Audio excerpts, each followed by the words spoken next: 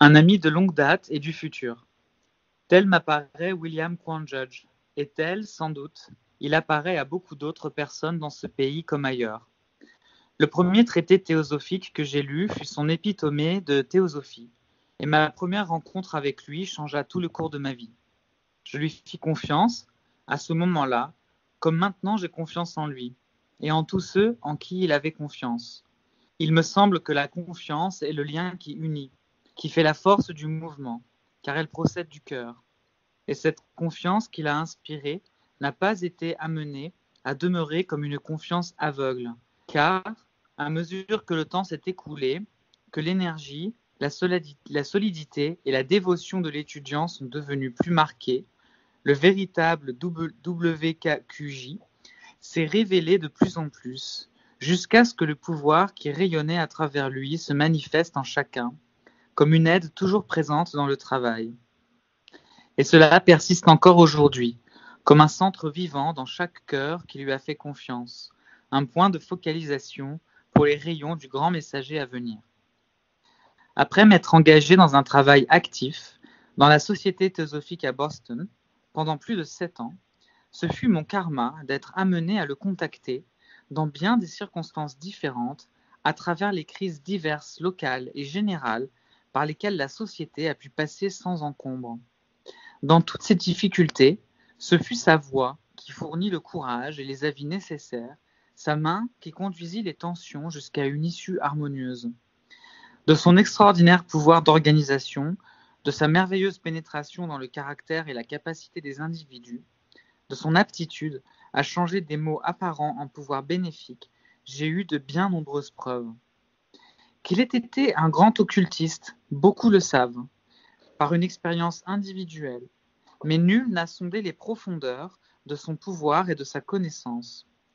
En ce qui le concerne, le futur dévoilera beaucoup de ce qui est actuellement caché et montrera la portée réelle du travail de sa vie.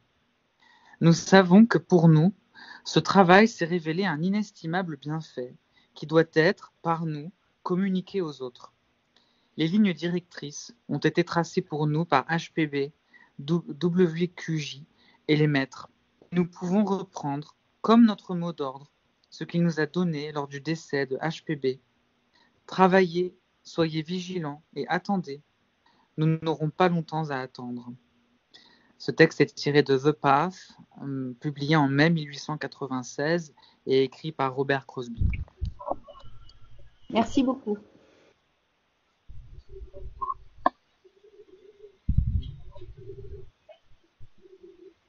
Hélène?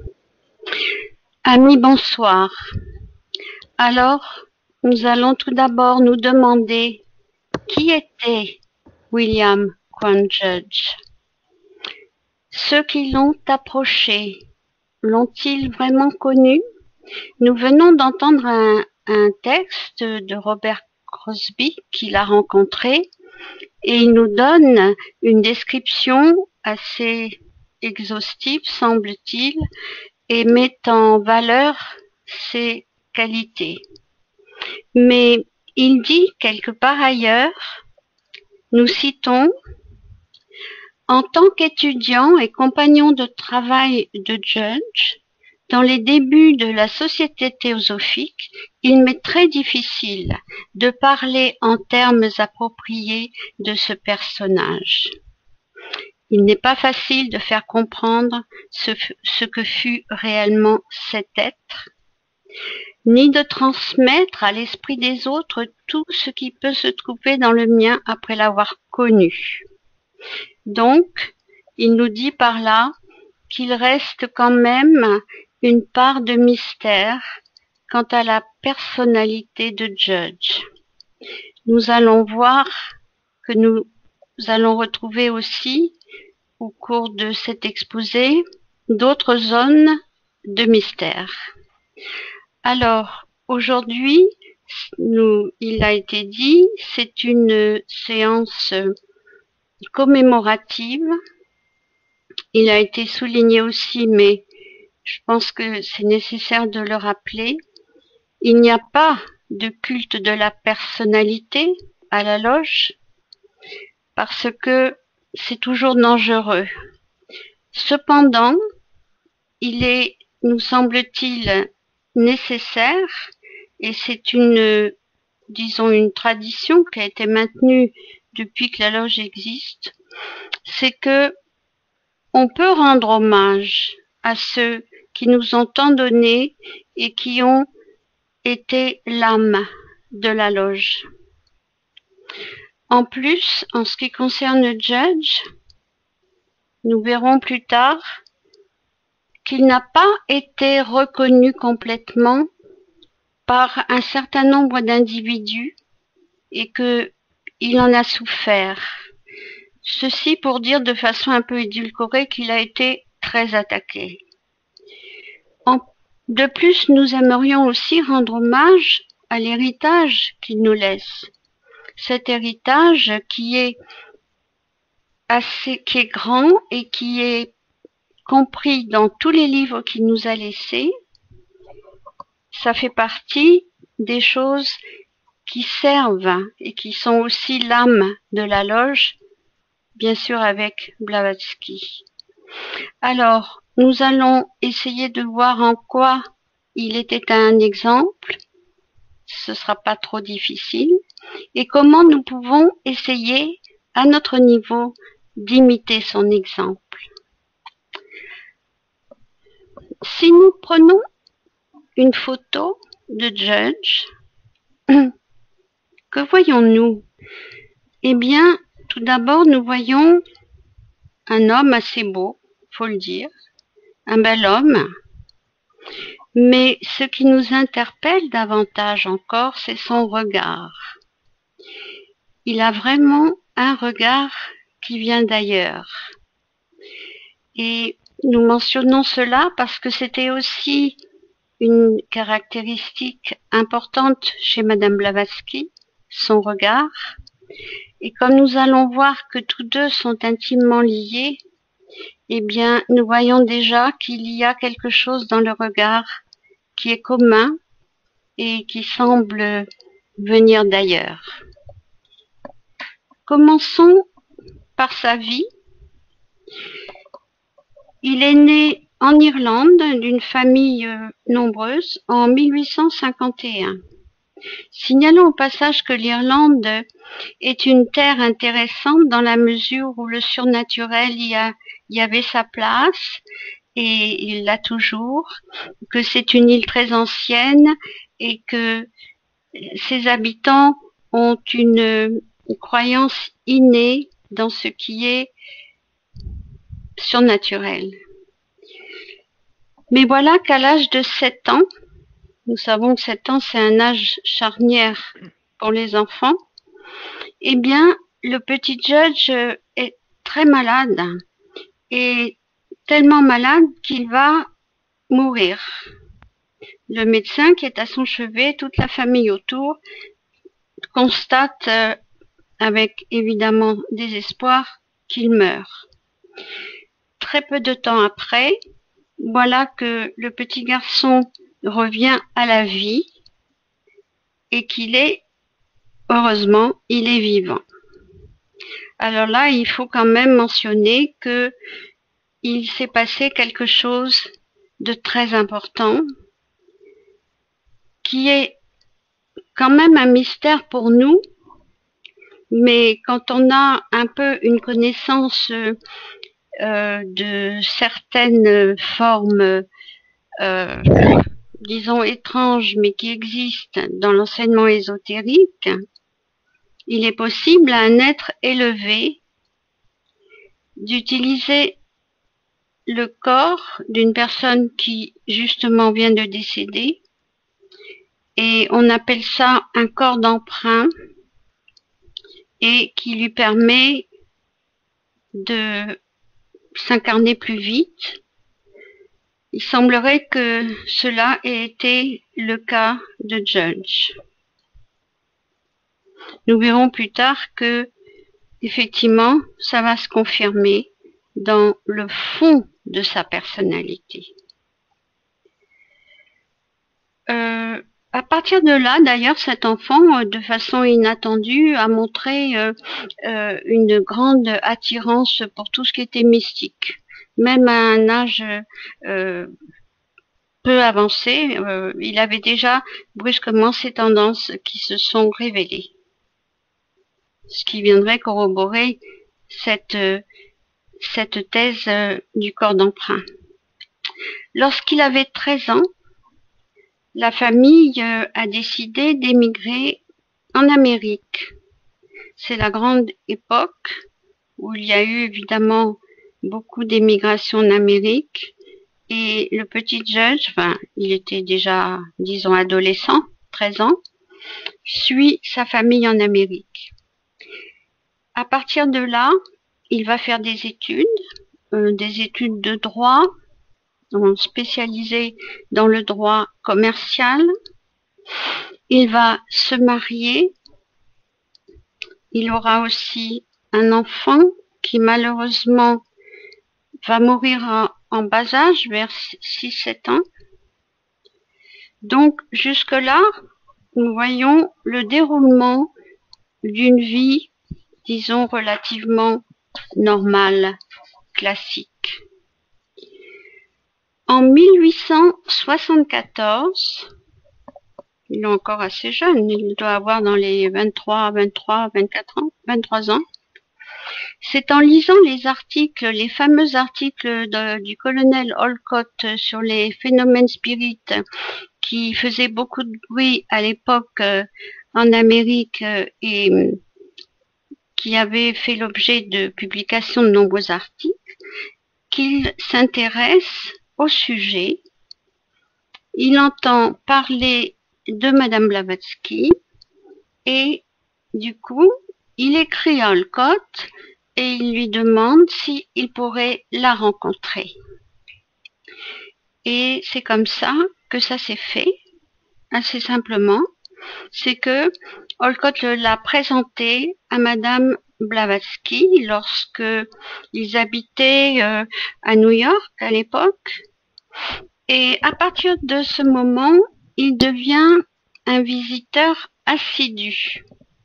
Ça veut dire que très vite, évidemment, il s'est passé quelque chose. Nous connaissons cette phrase, mais nous aimerions la répéter.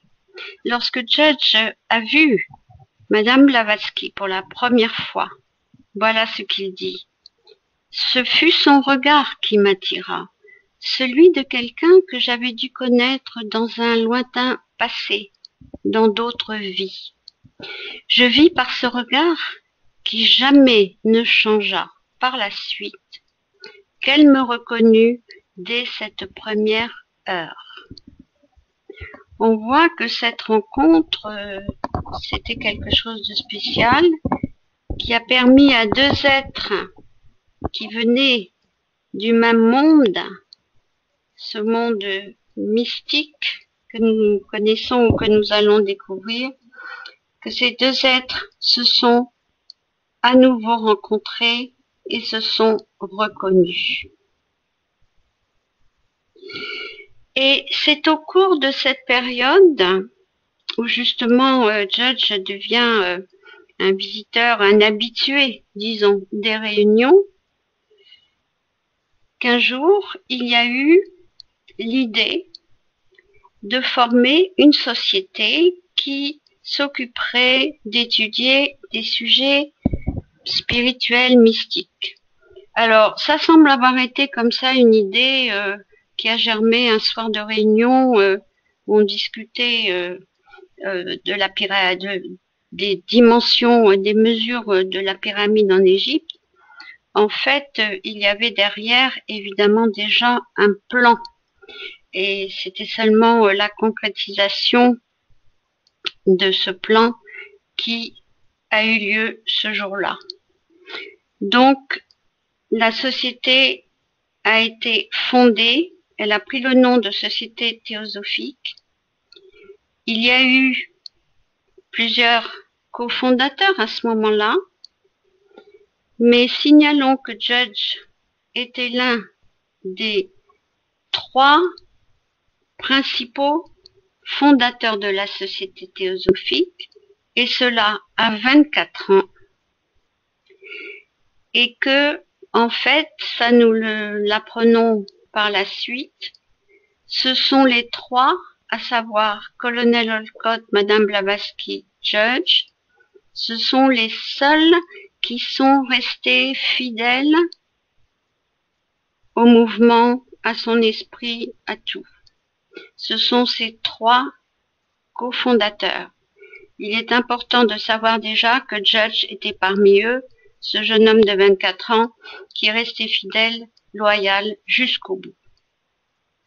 Alors à partir de là, on se met au travail, bien entendu, et nous savons que pendant cette période, eh bien, Madame Blavatsky a sollicité l'aide de Judge pour travailler à son Isis dévoilée, ce qui est déjà aussi un signe quand même de son statut, vu son jeune âge et ses capacités pour pouvoir travailler à ce genre d'ouvrage. Alors, le temps passe, nous arrivons fin 1878, nous sommes obligés d'avoir quelques dates pour s'y retrouver, et c'est là que les deux cofondateurs principaux, à savoir le colonel Olcott et Madame Blavatsky, peuvent enfin partir pour l'Inde. Ça, c'est le grand événement de cette année. Et Judge, évidemment, son souhait le plus cher, ce serait de les accompagner. Mais voilà qu'il ne peut pas. Il ne peut pas, il reçoit des consignes qui font qu'il doit rester pour s'occuper du développement de la théosophie en Amérique. C'est très dur pour lui, il le dit. Après, il se plaindra qu'on l'a laissé seul, plus ou moins. Bon, mais apparemment, ça faisait partie des tests qu'il devait subir. Et puis, les ordres, ben, il faut les suivre finalement. Alors, il s'est senti évidemment seul, mais il a quand même tenu bon. En plus, il avait un foyer qui était assez hostile parce que non seulement sa femme, mais la famille qui vivait avec eux, plus ou moins, était complètement fermée à tout ce qui était occultiste. C'était des méthodistes un peu rigides, et en plus, Judge n'était pas soutenu et il pouvait même pas discuter avec des proches. Ce qui l'a soutenu pendant cette période, c'est d'avoir une correspondance avec un chela indien qui s'appelle Damodar Mavalankar, qui était lui en Inde et qui déjà pouvait lui faire passer dans ses messages non seulement une aide, une consolation, mais aussi déjà une atmosphère de ce qui se passait là-bas. Donc, ce qui permettait à Judge de ne pas être coupé complètement. L'autre événement majeur qui va se produire, c'est que en 1884, donc nous voyons quand même 6 ans après le départ de Blavatsky-Olcott, c'est assez long, hein, eh bien, il reçoit l'autorisation de partir pour l'Inde. C'était son rêve.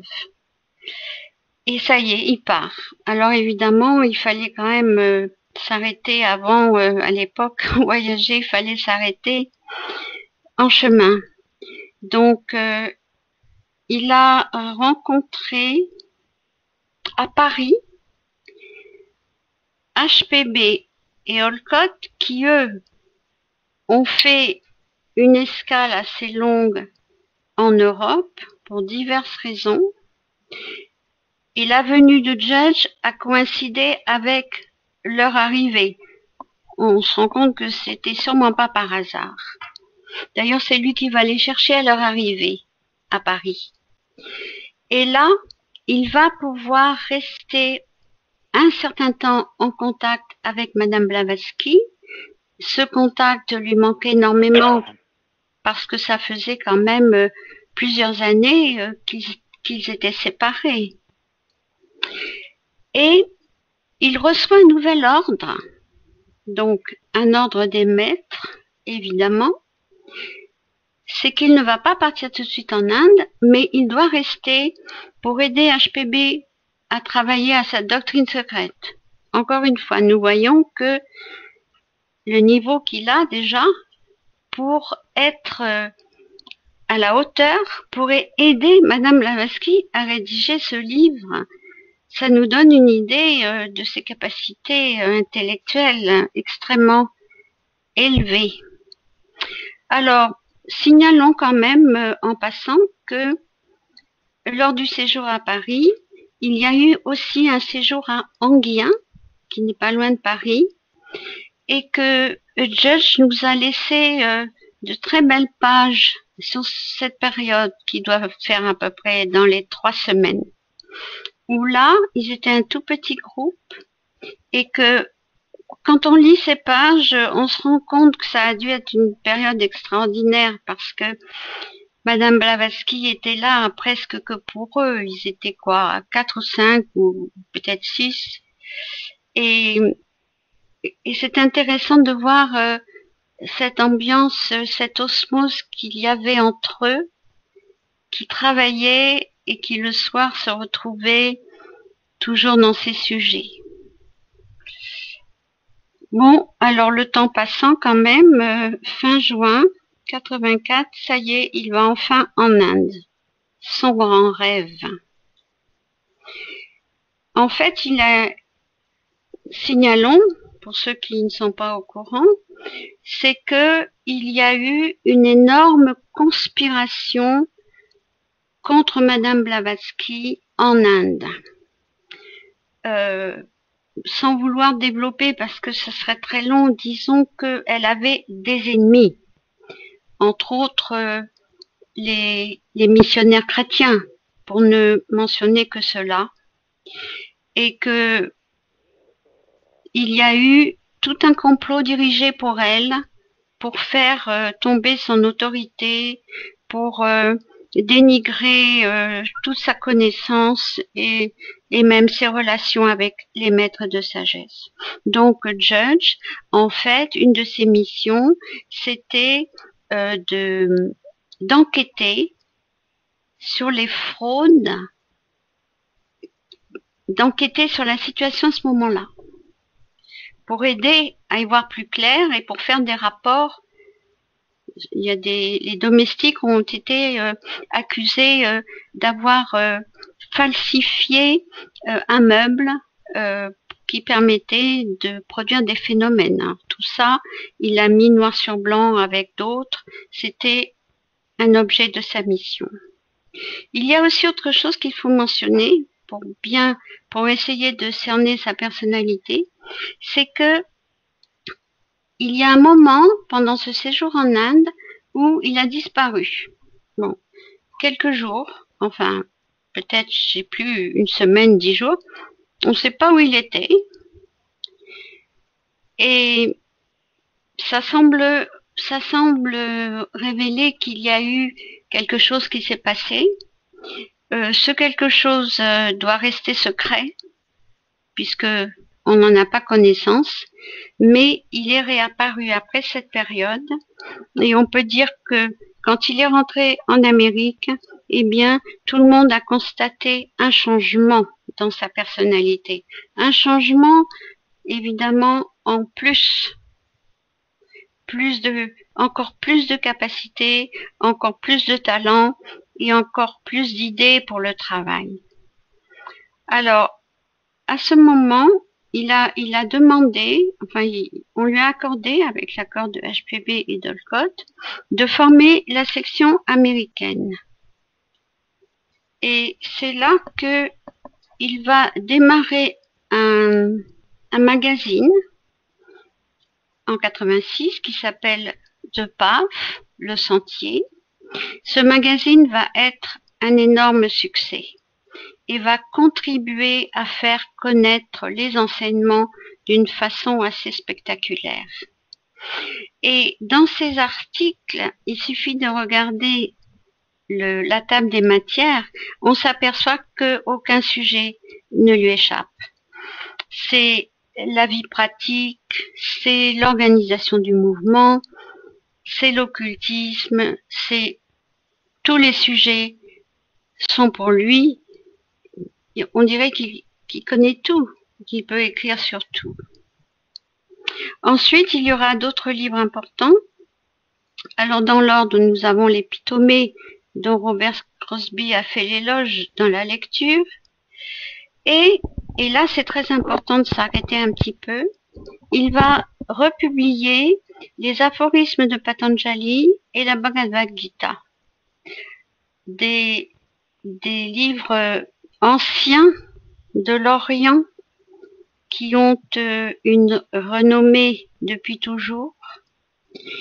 Et c'est en ce sens que nous verrons que Judge a été défini comme le pont entre les deux manas. Manas signifiant le mental, pour ceux qui ne savent pas, entre le mental américain et le mental indien, ou plutôt la connaissance ésotérique transhimalayenne. Et ça, c'est très important par rapport à l'Occident. Il a opéré une jonction dans l'enseignement entre l'Orient et l'Occident. Voyons ce qu'il nous dit à propos de la Bhagavad Gita. Alors, il parle donc des gens qui devraient lire la Bhagavad Gita. Elle leur donnera de la nourriture pour des siècles si seulement ils la lisent avec des yeux spirituels. Sous son apparence extérieure se trouve l'esprit vivant qui nous éclairera tous. Je l'ai lu 10 fois avant d'y trouver des choses que je n'avais pas vues au premier abord. Pendant la nuit, les idées qu'elle contient sont digérées et retournées partiellement au mental le lendemain. Elle est le sujet d'étude des adeptes. Intéressant de signaler comment il la qualifie. Et il dira par ailleurs, c'est valable aussi pour beaucoup de livres théosophiques, tous ces livres sont doués d'une vie qui leur est propre, qui modifie les vibrations. Nous pensons aussi par là à la doctrine secrète de Madame Blavatsky, où il est dit que se plonger dans son étude va développer l'intuition. Voyons que ces livres ne sont pas seulement des manuels théoriques, ça se passe comme ci, comme ça, c'est plus que ça. Il y a aussi une âme à l'intérieur de ces livres. Ensuite, nous avons les lettres qui m'ont aidé. Et ces lettres sont aussi absolument primordiales parce que elles nous révèlent que Judge est un véritable occultiste. En effet, comment peut-on écrire ce qu'il écrit si on ne l'a pas vécu soi-même? Parce qu'en fait, c'est pas marqué ailleurs. Hein. Il y a des manuels d'occultisme, il y en a plein, mais trouver les conseils qu'il donne, on sent que c'est du vécu. Ensuite, nous avons l'océan de théosophie, qui est vraiment, on ne peut pas dire son œuvre la plus importante, elles sont toutes importantes et complémentaires. Mais l'océan de théosophie, il est très important en ce sens qu'il va mettre dans un langage accessible à tous l'enseignement de Madame Blavatsky, qui est parfois ardu. Vous pouvez fermer le micro, s'il vous plaît. L'océan, nous dirons que c'est une synthèse magistrale de la doctrine secrète, qui est capable de faire une synthèse de la doctrine secrète. Il n'y a peut-être pas beaucoup de personnes. Il nous suffit de regarder la table des matières de l'océan pour voir qu'il y a tout. C'est vraiment le condensé, c'est la totalité de l'enseignement. Et tout ceci dans un livre de volume assez modeste finalement. Nous avons les maîtres qui sont à l'origine du mouvement théosophique, de la société théosophique, qui travaillent au bien et à l'illumination spirituelle de l'humanité. Nous avons la constitution de l'homme qui nous enseigne que nous avons 7 aspects et c'est grâce à ces 7 aspects que nous allons pouvoir avoir accès à une certaine connaissance ésotérique qui va répondre à beaucoup de questions. Le corps astral, Kama désir, le mental, tout ceci avec la réincarnation qui répond à une question fondamentale de l'existence. Que faisons-nous ici? Qu'est-ce que ça veut dire tout ça? Pourquoi? Eh bien, parce qu'on se réincarne et qu'au fil des réincarnations, on a ainsi l'occasion d'expérimenter tout ce qui sera nécessaire au développement de notre âme. Karma, on nous enseigne toutes les lois de la nature, car c'est un univers de lois. Karma, ce qui fait que ce que nous semons, nous le récoltons et que tout est justice. Les cycles, la vie après la mort, etc., etc. Il y a tout l'enseignement dans ce livre. Et comme il dit dans l'introduction, on peut commencer à barboter dans l'océan à son début. C'est accessible même à ceux qui savent pas nager. Et au fur et à mesure, on pourra aller plus loin quand on aura développé d'autres qualités et on peut aller très loin dans la connaissance. Revenons aux lettres qui m'ont aidé, parce que dans ces lettres, il y a aussi ce chapitre très important qui s'adresse à ceux qui ont une aspiration à devenir plus, à devenir des disciples éventuels. Il nous donne des clés, des conseils. Enfin, il nous explique vraiment le maximum pour qu'on puisse se lancer dans cette entreprise. Et nous aimerions lire un passage de ces lettres parce que c'est impossible évidemment d'en citer plein, on aurait envie. Et ce passage nous parle spécialement. Quelle est donc finalement la panacée, le talisman royal? C'est le devoir, l'altruisme. Le devoir que l'on suit avec persévérance est le yoga le plus haut et vaut mieux que les mantras, les postures ou toute autre chose.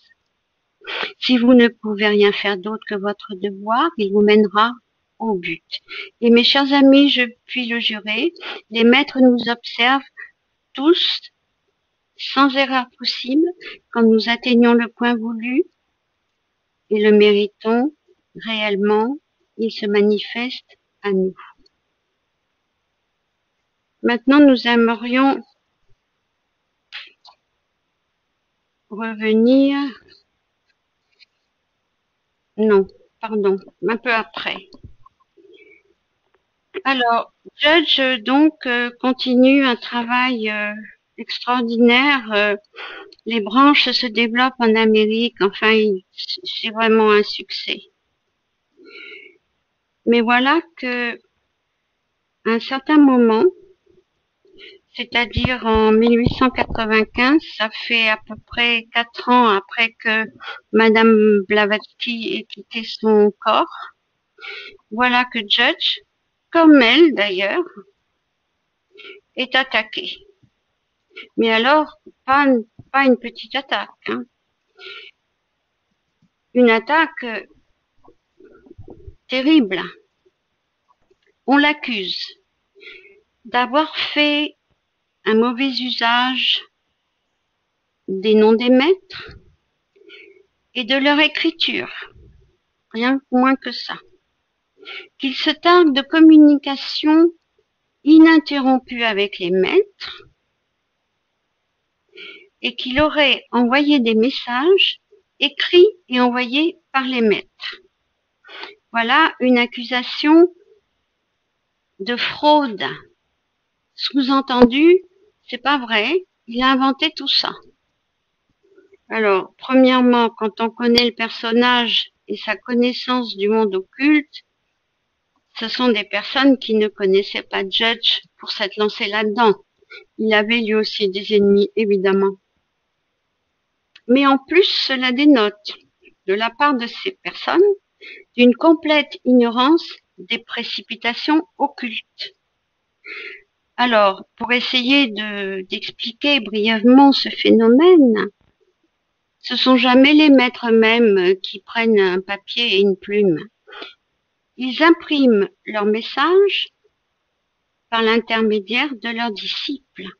Et ces messages apparaissent dans leur écriture, parce que c'est un processus occulte qui fait que ça, dans l'astral, il y a un mécanisme qu'ils connaissent et qu'ils peuvent faire ça.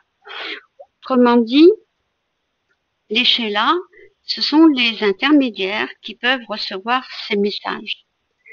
Et Judge lui dit aussi, les maîtres m'ont enseigné l'occultisme et m'ont montré comment produire les phénomènes et les précipitations de leurs écrits. Alors, évidemment, il réfute toutes ces accusations. Nous n'allons pas entrer dans le détail de ce qui s'est passé, ce serait assez ennuyeux, mais il faut savoir qu'il y a un dossier gigantesque, qu'il y a des articles, des lettres, chacun s'y est mis, moi je pense ci, moi je pense ça, etc. Mais tout ça au détriment de Judge. On ne peut pas s'imaginer ce que c'est pour quelqu'un de sincère d'être en but à ce genre de calomnie. Le résultat, c'est qu'il y a une scission entre la société théosophique et la section américaine, c'est-à-dire que la section de la théosophie en Amérique se détache, devient un corps indépendant et ça devient la section américaine. Alors, c'est lui le président. Tout ça, ça n'a pas arrangé sa santé qui était déjà très, très mauvaise. Et en fait, il meurt le 21 mars 1896 à l'âge de 45 ans. C'est pour ça que le 21 mars de chaque année, nous commémorons ce personnage important du mouvement. Nous aimerions maintenant revenir sur la relation de Judge et HPB. En 1888, une décision a été prise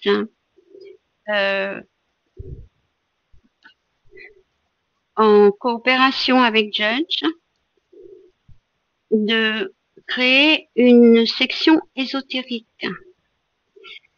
Et en fait, Judge va assister Blavatsky dans cette tâche. Il s'agit en fait, pour certaines personnes qui en ont exprimé un vif désir, d'aller plus loin dans l'étude de la philosophie ésotérique. Et il y a aussi cette possibilité d'en apprendre davantage sur l'état de Sheila, dont nous parlions juste avant dans les lettres qui m'ont aidé. C'est en fait se dévouer à un stade encore plus élevé, plus profond à la cause des maîtres. Et donc, signalons que HPB Blavatsky demandait à Judge de l'aider dans cette tâche. Alors, ses relations avec HPB. D'abord, il a été dit qu'il est le seul représentant d'HPB en Amérique. Souvenons-nous, quand ils se sont rencontrés, ce regard qui a fait qu'ils se sont reconnus. Ils avaient des liens karmiques très, très serrés. Et on dit aussi que en tant que pont, parce que ces agents des maîtres, ce sont des ponts. Il est dit quelque part que Judge est le pont pour les Occidentaux avec le monde des maîtres. Non, pardon. Oui, la porte, pardon, alors je prends le terme de porte, ce qui est synonyme de pont, pareil. La porte pour les Occidentaux passe par Judge, celle du monde par HPB. Ce sont des êtres qui sont des intermédiaires, mais pas seulement, ils font la liaison. Nous verrons pourquoi nous devons rester fidèles à ces agents si nous voulons rester en contact. Tout à l'heure, nous avons signalé que Judge a été aussi décrit comme le pont entre les deux manas. Et une chose qu'il faut regarder, c'est que Judge est resté fidèle à son engagement. Il est resté fidèle à Blavatsky jusqu'à la fin. Malgré tout ce qui lui est arrivé, il n'a jamais faibli. Alors qu'il y avait déjà des mouvements, hein. C'était à droite, à gauche, on crée des sections, des sociétés, autre chose. Ça valsait un petit peu partout. Mais Judge, il était à son poste et il se laissait pas distraire. Donc, on voit que nous ne pouvons pas séparer Judge, HPB de Judge. Il faut comprendre que ces personnages, ils représentent une porte qui ouvre les avenues de la connaissance. Ça veut dire quoi, une porte? Ça veut dire que il y a une ligne directe de communication. Pour en bénéficier de cette ligne directe, on pourrait dire, il faut évidemment rester fidèle à ses agents, parce qu'il n'y a qu'eux qui ont cette capacité. Et il y a une autre condition importante qui est nécessaire, nous dit-on. Il faut adhérer au programme des maîtres. Les maîtres ont un programme. Très important, ce mot de programme. Ça paraît, oui, bon, ils ont un programme. C'est plus que ça. C'est quelque chose qui est fondateur de tout le mouvement. Eh bien, HPB et Judge, ils connaissent ce programme. Et ils s'y tiennent. Ils s'y tiennent. Ils peuvent pas faire autre chose que ça. C'est ce qui va nous amener à voir que il faut rester fidèle au grand fondateur. Nous allons voir ça encore. Maintenant, nous allons aborder la dernière partie, l'exemple de Judge.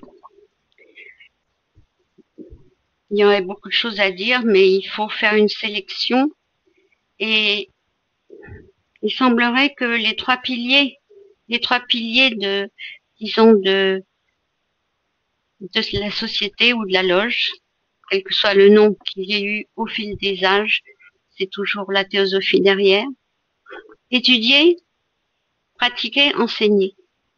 À savoir, une connaissance qui correspond à la tête, une éthique qui correspond au cœur, des moyens d'action qui correspondent aux mains. Il s'agit de réunir harmonieusement ces trois aspects. Judge, évidemment, il les a, ces trois aspects fondamentaux. Il a travaillé toute sa vie. Il n'a fait que travailler et encore travailler pour la loge des maîtres, pour éclairer le mental de la race, pour répondre aux questions fondamentales, enfin, un travail intérieur pour que l'être devienne conscient qu'il est un être spirituel. Il a enseigné, il a passé son temps, dire qu'il a consacré son travail à écrire, entre parenthèses, comme Blavatsky. et à être. Alors, moyen d'action, oui, moyen d'action, il nous les a donné, il l'a montré par son exemple, parce que lui, il était actif, il voyageait d'une branche à l'autre, publiait son magazine, publiait ses livres, répondait aux questions dans un forum. Maintenant, un emploi du temps absolument plus que complet. Alors, si nous appliquons ces trois piliers, on peut les appeler autrement, hein, mais trois piliers à nous, donc pour faire la même chose à notre niveau, eh bien, c'est facile. Nous étudions, nous travaillons, nous étudions la religion sagesse. C'est déjà un des premiers buts de la loge. Nous mettrons en pratique, sinon nous ne profitons pas de l'enseignement, il n'a plus de valeur, il ne circule pas. Et puis enfin, on le redonne, parce qu'on ne peut pas garder quelque chose pour soi. Il faut que le mouvement soit conservé pour que ça vive en nous et dans les autres. Donc, on peut prendre ces trois exemples, ce qu'il a fait lui à une échelle plus grande, nous la faisons à notre échelle. Il y a une liaison entre les trois. C'est qu'il faut rester fidèle à HPB et à Judge. Dans la déclaration, on commence par ça. Pourquoi faut-il rester fidèle à HPB et à Judge? Parce que nous avons vu que ce sont eux les liens, ce sont eux les ponts directs. Alors, pour terminer, nous allons parler un peu de Judge en tant qu'être, c'est-à-dire ce que nous en savons par tout ce que les gens ont écrit, parce que nous, bien sûr, ne l'avons pas rencontré, mais nous avons quand même une approche possible. C'était un organisateur hors pair, déjà. Responsable pour un continent à son âge. Il est, on le répétera jamais assez, loyal, il est resté jusqu'au bout loyal envers HPB, ce qui n'a pas été le cas de tout le monde, hein, rappelons-nous. Il y a quand même eu en Angleterre un noyau à la fin qui était fidèle. On pourrait dire de Judge que c'est un homme authentique, avec tout ce que cela comporte. Et il est resté fidèle à la cause, parce que, bon, HPB, en tant qu'agent, pas à la personnalité, à l'être, mais à ce qu'elle représente, fidèle à la cause jusqu'au bout.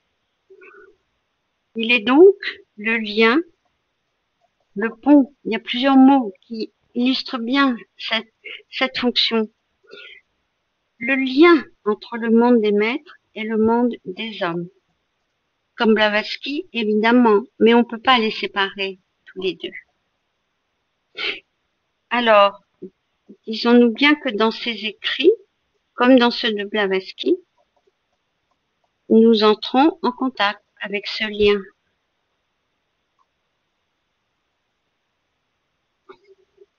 Pourquoi devons-nous rester au grand fondateur? Je l'ai dit tout à l'heure, je voudrais le développer. Parce que le lien vivant passe par eux. Ce sont les ponts. Ils ne sont plus là physiquement, dommage d'ailleurs, mais ils sont présents dans leurs écrits. Ce qu'on a dit tout à l'heure à propos, ce que Judge a dit, pardon, à propos des vibrations de certains livres qui vont entrer dans la partie profonde intérieure de notre être. Tout ça, c'est pas seulement lire, ah, c'est intéressant, je lis ce qui se passe, etc. après la mort, les globes, tout ça. Non, ça va plus loin que ça. Et pour terminer, nous allons citer encore pris un peu au hasard parce que tout est intéressant. Quelques lignes qui nous paraissent assez bien résumées. Judge.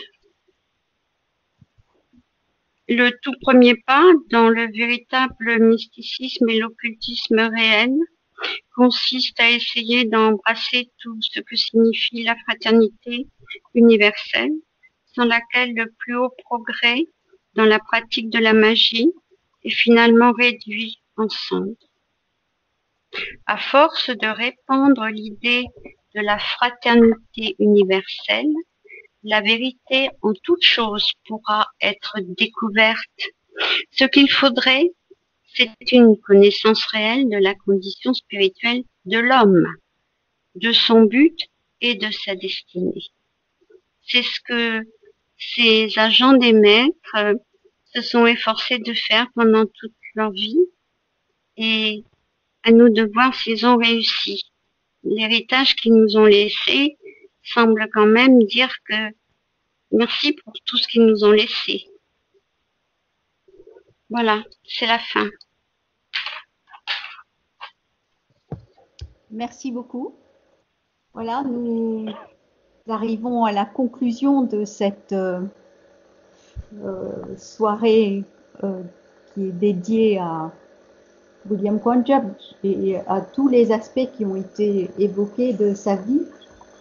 Un message que l'on pourrait garder de tout ce qui vient d'être dit, et notamment à propos de la vibration, c'est dans un de ses articles qui s'intitule Home, Judge dit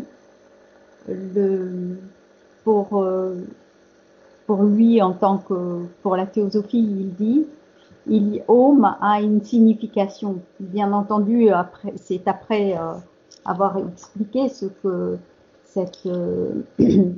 ce mot qui est si important et et la résonance qu'il y a dans toute la nature, etc., a comme signification, on va dire, pratique pour l'homme. Il représente ce courant de méditation qui est sous-jacent dans chacun. Et donc, plus l'individu, chaque homme, donc, utilise ces vibrations, ce courant de méditation pour le bien universel, comme il a été parlé de fraternité universelle dans le sens le plus élevé, le plus large possible, et bien plus ces vibrations auront un impact.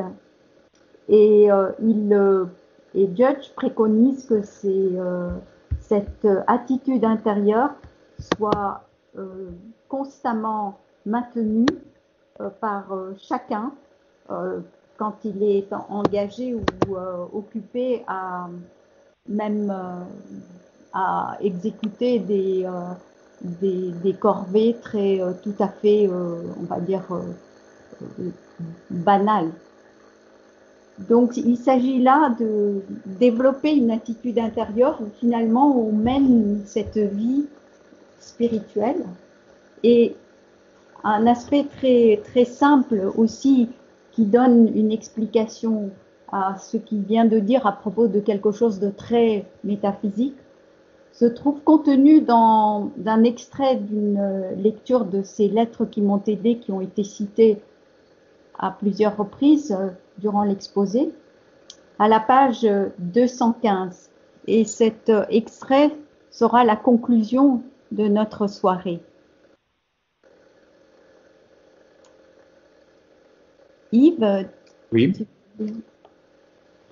Faites ce que vous avez à faire maintenant et ne vous tourmentez pas du reste. Il sera pris en compte en temps voulu. Mais ce qui vous aidera dans tous ces problèmes, c'est d'être satisfait, de faire ce que vous pouvez et de laisser aller le reste.